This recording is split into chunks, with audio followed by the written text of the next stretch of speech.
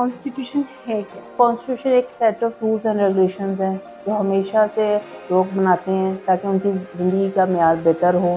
ہمیں جب سے انسانیت ہے تب سے کانسٹیٹیوشن ہے، اور اسی طرح یہ کرتے کرتے انڈو پاک میں آئے، برٹش نے ہمارے لیے لاس بنائے، اور انڈیا اور پاکستان چونکہ اتنا ڈیولپ نہیں کر سکتا تو ہم نے برٹش کے قوانین کو ہی اڈاپٹ کر لیا. کانسٹیٹیوشن کا اور اس کی ملک کی اکانومی کا، ان کا آپس میں کیا لنک ہوتا ہے؟ ہمارے ملک میں اس وقت اکنامیکل کرائسس بھی ہے اور کانسٹیٹیوشن کرائسس بھی ہے.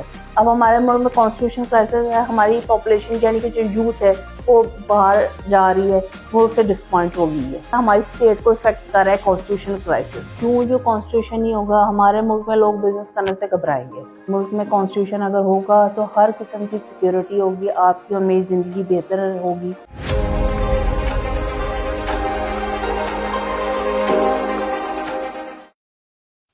السلام علیکم، میں ہوں آپ کی host Abeera Ashfaq and welcome to another episode of point out. آج کے ہمارے پروگرام میں ہم بات کریں گے کانسٹیٹیوشن. یہ سیٹ آف پرنسپلس، یہ کانسٹیٹیوشن ہے کیا، اس کی ضرورت کیوں پیش آتی ہے، ایک ملک میں اور اس کی ترقی میں اس کا کیا کردار ہے. اور اس مقصد کے لیے ہم نے اپنے پروگرام میں دعوت دی ہے حاکم قریشی لاء چیمبرز کی ایڈوکیٹ کلثوم فاطمہ کو. ان کی مین پریکٹس جو ہے وہ کارپوریٹ اور کانسٹیٹیوشن کی ہی سائٹ پر ہوتی ہے.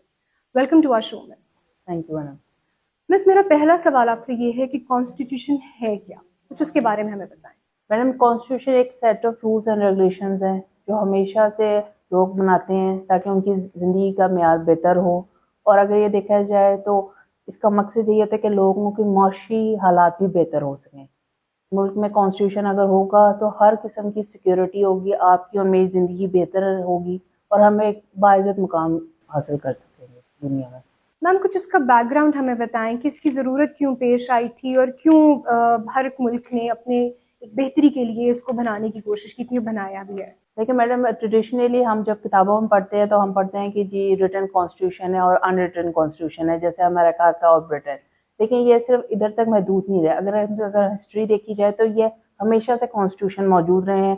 جب بھی افراد ہر جگہ اکٹھے ہوئے ایک نسل کے تو انہوں نے کوئی نہ کوئی رولز اینڈ ریگولیشنز بنائے تاکہ وہ اپنی زندگی کو بہتر بنا سکے، اسپیشلی معاش یعنی کہ اکنامکس کو بہتر کرے اور ان کا دفاع کے لیے. تو یہ رولز اینڈ ریگولیشن ہمیشہ سے موجود رہے ہیں. یہ کوئی ہر آنے والے دور میں یہ جدید ضرور ہوتے گئے ہیں لیکن یہ کوئی نئی چیز نہیں ہے.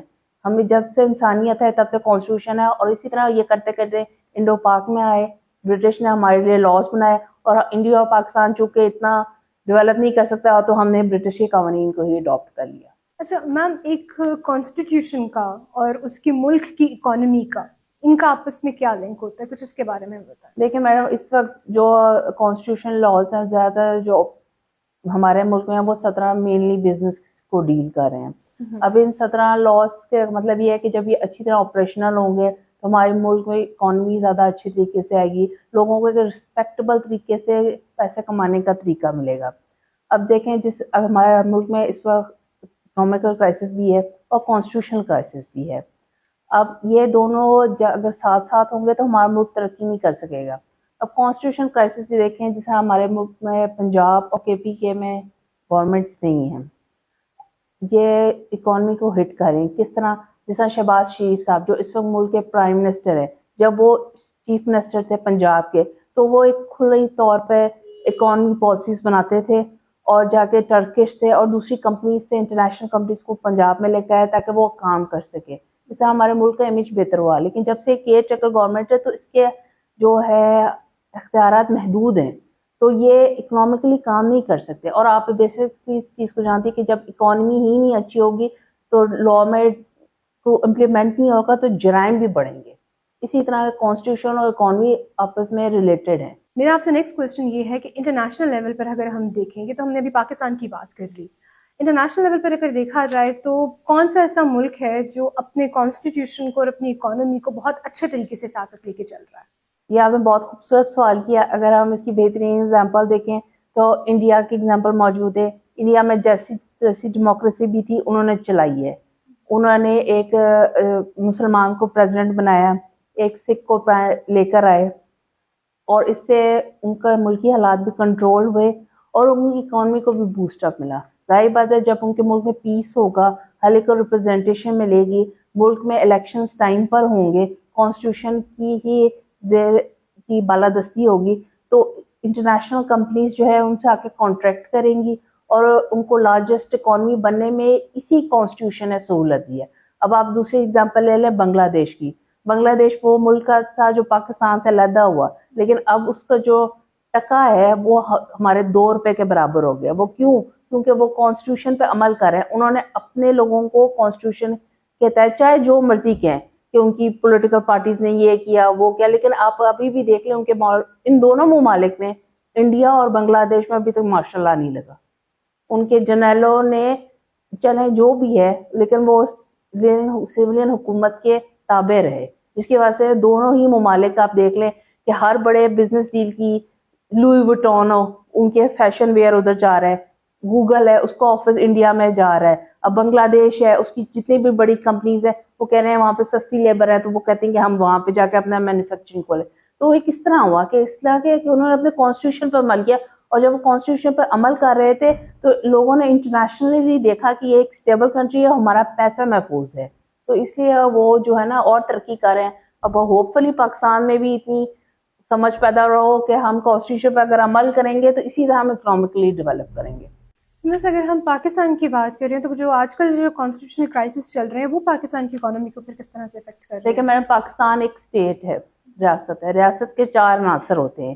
ایک ہوتا ہے پاپولیشن, ٹیریٹری, گورنمنٹ اور سوورنٹی. سوورنٹی میں انٹرنل اور ایکسٹرنل سوورنٹی.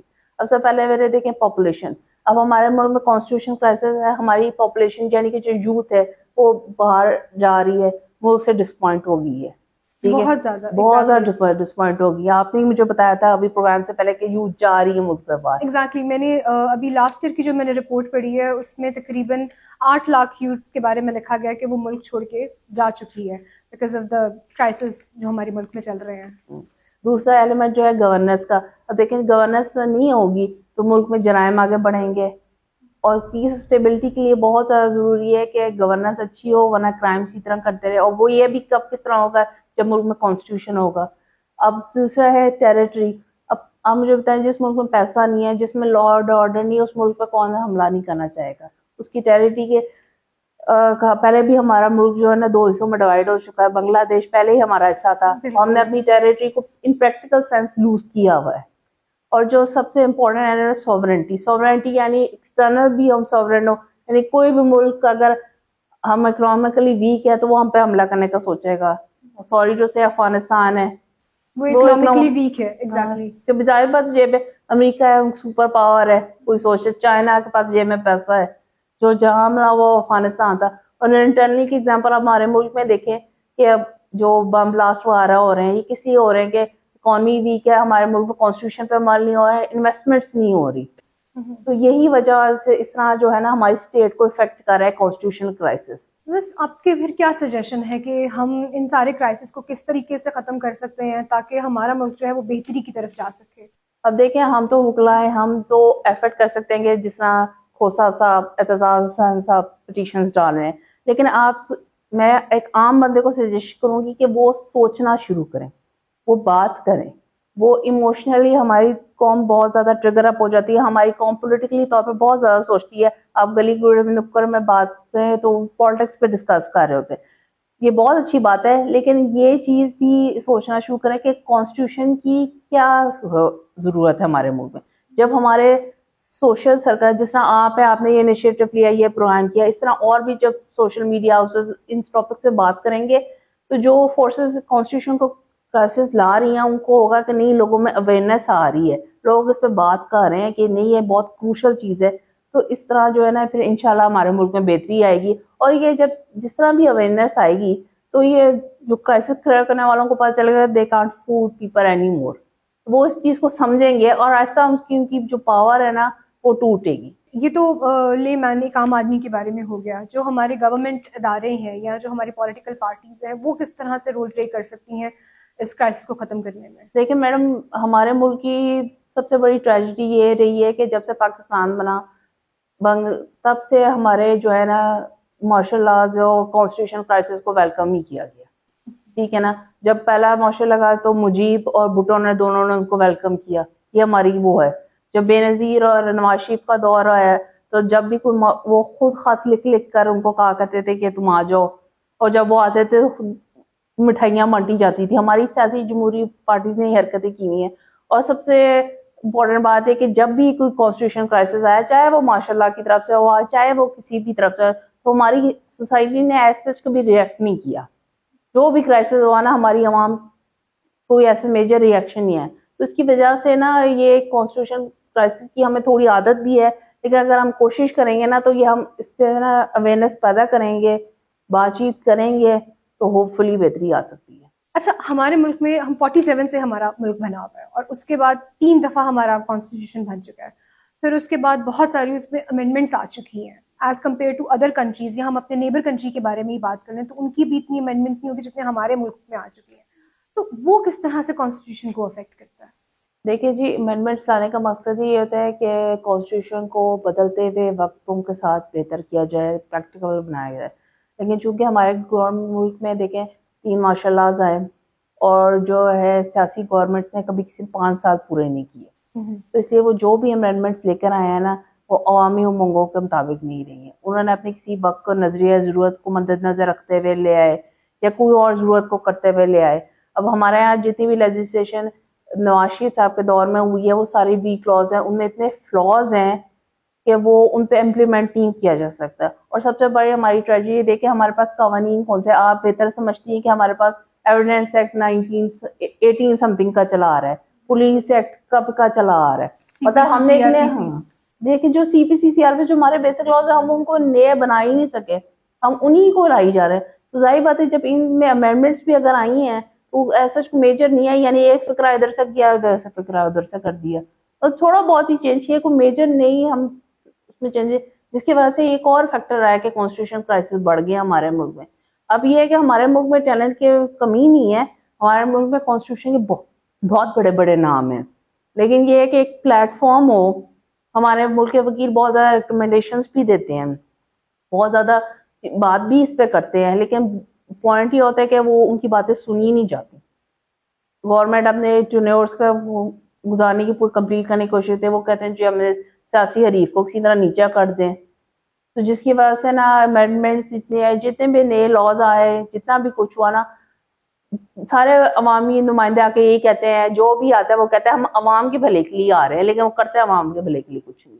اچھا, میرا آپ سے نیکسٹ کوشچن یہ ہے کہ ایک عام آدمی جو ہے اس کو نہیں پتا کہ اس کے ملک میں کیا ہو رہا ہے. اس کے ذہن میں تو یہی چل رہا ہے کہ میں نے صبح گھر سے نکلنا ہے, اور جو آج کل کے حالات ہیں میں نے اپنی بس ایک کمائی پوری کرنی ہے اور میں نے گھر واپس آنا ہے.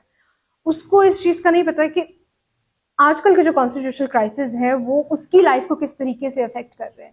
تھوڑا سا اس کے بارے میں ہمیں بتائیں کہ جو ہمارے عام آدمی جو دیکھ رہا ہے اس پروگرام کو, اس کو بھی پتا چلے کہ کس طرح سے اس کی لائف افیکٹ ہو رہی ہے ان کرائسس کی وجہ سے. میڈم ان کرائسس کی وہ کانسٹیٹیوشن دیکھیں, جو کانسٹیٹیوشن نہیں ہوگا ہمارے ملک میں لوگ بزنس کرنے سے گھبرائیں گے. اب دیکھیں لاہور چیمبر آف کامرس کے پریزیڈنٹ ہیں, انہوں نے پچھلی دفعہ بلایا کانفرنس کی, بجٹ پوسٹ بجٹ کانفرنس کی, انہوں نے کہا کہ آپ ہم سے پیسہ لے لیں اگر آپ کو کوئی بیرون ملک سے امداد نہیں آتی تو. لیکن اس پر آبجیکشن لگایا کہ جی آپ اپنی بلیک منی کو وائٹ کر رہے ہیں. لیکن انہوں نے کہا کہ نہیں, ہمارے اپنے بزنس افیکٹ ہو رہے ہیں تو آپ پلیز اس کو کریں. انہوں نے ایفرٹ کی لیکن وہ ناکام ہو گئے. اس طرح جب بہت سارے لوگ ایفرٹس کر رہے ہیں وہ بہت اچھی بات ہے, لیکن اس کا افسوسناک بات یہ ہے کہ ہمارا جو عام بندہ سڑک پر ہے اس چیز کا بالکل اویئرنیس نہیں ہے. کیوں نہیں ہے؟ اس لیے کہ اس کو اویئرنیس دی ہی نہیں گئی. اس کو ہمیشہ ایک میڈیا کنٹرول رہا ہمارے ملک میں, چاہے جس فارم میں بھی ہو, تو وہ ان باریکی اور پیچیدگیوں کو نہیں سمجھ سکا. ہمارے ملک میں اب دیکھیں ایجوکیشن سسٹم کے ایک انگلش میڈیم ہے, ایک اردو میڈیم ہے, اور ایک مذہبی تعلیمات ہے. تو یہ کیا چیز ہے؟ مذہب تو ہماری بیسک چیز ہے اور ساری سبجیکٹس کو کور کر لیتا ہے. تو ہمارے ہاں ایک ایجوکیشن سسٹم بھی نہیں رہا ہوا, سرکاری اسکولوں کا حال بحال رہے ہیں.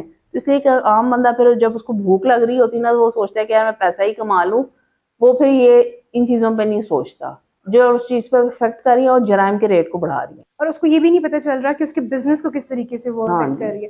تو یہ جو کانسٹیٹیوشنل کرائسس نے ہمارے بزنس کو یہاں پر افیکٹ کیا, کچھ اس کے بارے میں ہمیں تھوڑا سا بتائیں. ابھی میں نے آپ کو example the, chamber of commerce والوں, چیمبر آف کامرس والے بیٹھے ہوئے کہہ رہے کہ جی آپ کو اگر نہیں کوئی پیسے دے رہا ہے بیرون ملک سے تو آپ ہم سے ہی قرضہ لے لیں. جو حکومتی نمائندے وہ بیٹھے تھے کہتے ہیں نہیں آپ اپنی بلیک کر رہے ہیں.